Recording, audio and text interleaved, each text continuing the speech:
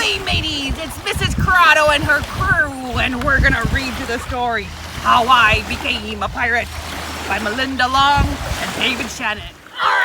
How I Became a Pirate, written by Melinda Long and illustrated by David Shannon. Pirates have green teeth, when they have any teeth at all. I know about pirates because one day, when I was at the beach building a sandcastle and minding my own business, a pirate ship sailed into view. I knew what it was because its flag had a skull and crossbones on it, and because I could hear the pirates singing, "Hey ho, blow the man down." They were a little off-key. I tried to tell Dad, but he was busy setting up the beach umbrella.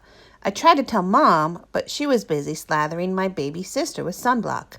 So I went back to my sandcastle, but I kept an eye on the pirates. By then, they were rowing to shore. When they landed, the head pirate climbed out of the boat and yelled, "Ahoy there, matey! Be this the Spanish Main?"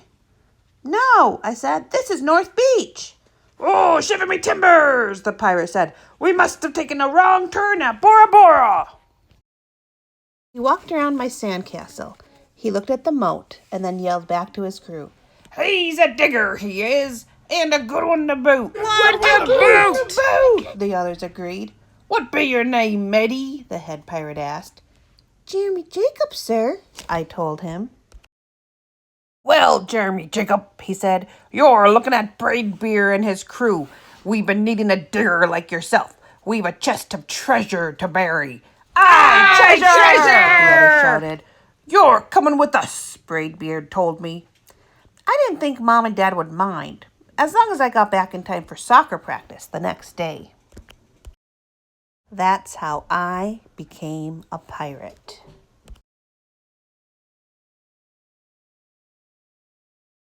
As soon as we were on board, Braidbeard showed me the chest of gold and jewels.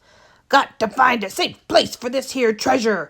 It's high time we're off," he announced. We're off! We all shouted, and then we set sail. There was plenty to do on board.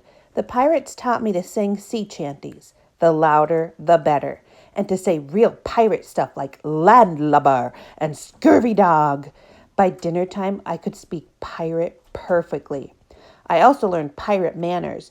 Braidbeard pounded his fist on the table and yelled, "Down the hatch, me laddies! Down the hatch!" We all shouted. Braidbeard gulped his food and he said, "Hand over the meat! meat! The meat!" We all roared. Nobody told us to finish our spinach. There wasn't any. Or to chew up our carrots. They weren't allowed on board. We talked with our mouths full and nobody said please or thank you. After dinner, I tried to teach the pirates to play soccer. Braidbeard kicked the ball and yelled, "Arr, soccer! Arr, soccer!" The crew yelled. Then everybody dove for the ball at once and it rolled right off the deck. "After it, me hearties!" Braidbeard commanded. After it? We all whispered. We fought over who would go and get the ball, but it didn't matter anyway because a shark came along and swallowed it in one gulp. So much for soccer. By now it was past my bedtime, but nobody tells pirates to go to bed, to take a bath, or to brush their teeth. Maybe that's why their teeth are green. Pirates sleep with one eye open, just in case, and they don't change into pajamas unless they want to. Pirates don't do anything they don't want to, except for maybe swabbing the decks. I wanted to be a pirate forever. But then I found out what else they don't do. When I couldn't stay awake any longer, I asked Braidbeard to tuck me in and read me a story. "Tuck you in?" he bellowed. "Pirates don't tuck." Oh, tucking! The crew cried. And the only thing they had to read was a map. "Don't you have any books?" I asked. Braidbeard looked confused. "Books?" I didn't even bother to ask about a goodnight kiss.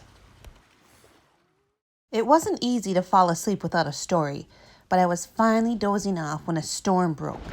Thunder boomed and lightning flashed. I tried to hide under the covers as waves slammed up against the ship, but I kept falling out of my hammock. I couldn't find anyone in the cabin. They were all on deck.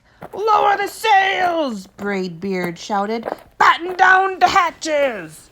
Everybody ran around yelling and lowering and battening, and nobody had time to sit close and tell me it would be over soon. Nobody even noticed me. I decided that I didn't want to be a pirate after all.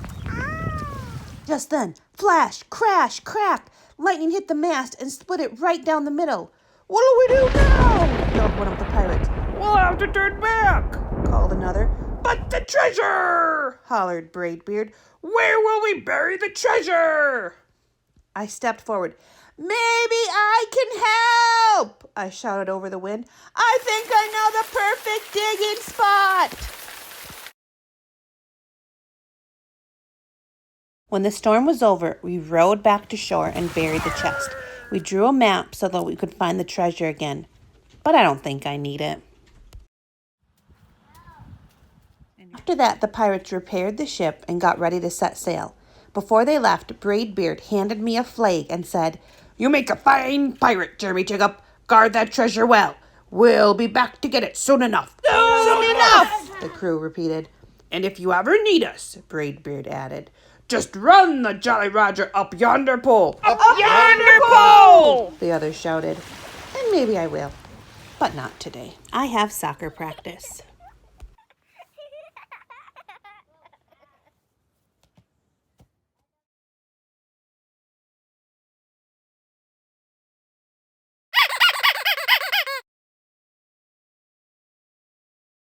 What happened? 2, 3. Do it again. Glenn. Arr! Arr! James waving his arms. Is James waving his arms? James, wave your arms. Like you want to get our attention. Wave your arms at your family. Sorry. Yeah, put the umbrella down. We don't want to see you.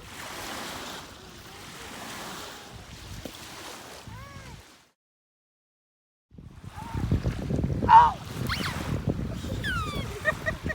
Okay, we're good.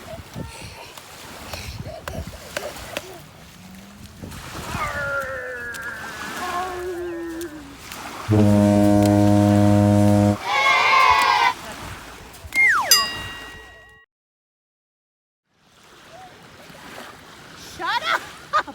Quiet on the set. Ready? Yeah, just take a picture.